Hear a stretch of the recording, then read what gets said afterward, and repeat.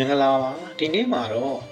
အိမ်တော်ရေးလမ်းကြောင်းဟာအစာပိုင်းမှာတင်းငယ်ပြီးမထင်မရှားဖြစ်နေတဲ့လက္ခဏာအကြောင်းကိုမျှဝေပေးသွားမှာဖြစ်ပါတယ်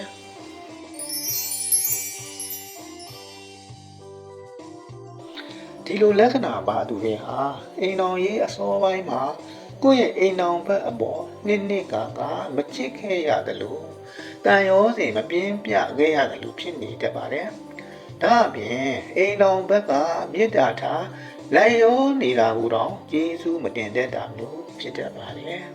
။ဒါပေမဲ့ကာလအတန်ကြာအပေါင်းသင်းလာတဲ့အခါမှာတော့မိမိရဲ့အိမ်တော်ဘက်ရဲ့မေတ္တာစေတနာဂရုဏာတွေကိုတဖြည်းဖြည်းနဲ့သဘောပေါက်လာပါတော့တယ်။အဲဒီအခါမှာအစာပိုင်းမမော်လွင်ခဲ့တဲ့မိမိရဲ့တန်ရောစင်ကလည်းမွဲအံလာပြီးတော့စားတဲ့တကူပုံမူချစ်ခင်တွေ့တာလာပါတော့တယ်အိမ်တော်ဘက်ကိုပုံမူတန်ဖိုးထားတတ်လာပါတယ်ဒါကြောင့်ဒီလိုလက္ခဏာပိုင်ရှင်တွေရဲ့အိမ်တော်ရေးဟာအချင်းကြာလာလေပူပြီးခိုင်မြဲလာလေဖြစ်ပါလိမ့်မယ်အစာပိုင်းအခက်အခဲတွေကိုကျော်လွှားနိုင်ခဲ့ရင်တော့ညီကုန်းကျုပ်အထိပျော်ရွှင်တဲ့မိသားစုဘဝကိုပိုင်ဆိုင်နိုင်ကြပါလိမ့်မယ်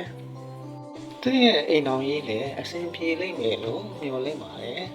အားလုံးကိုကျေးဇူးတင်ပါတယ်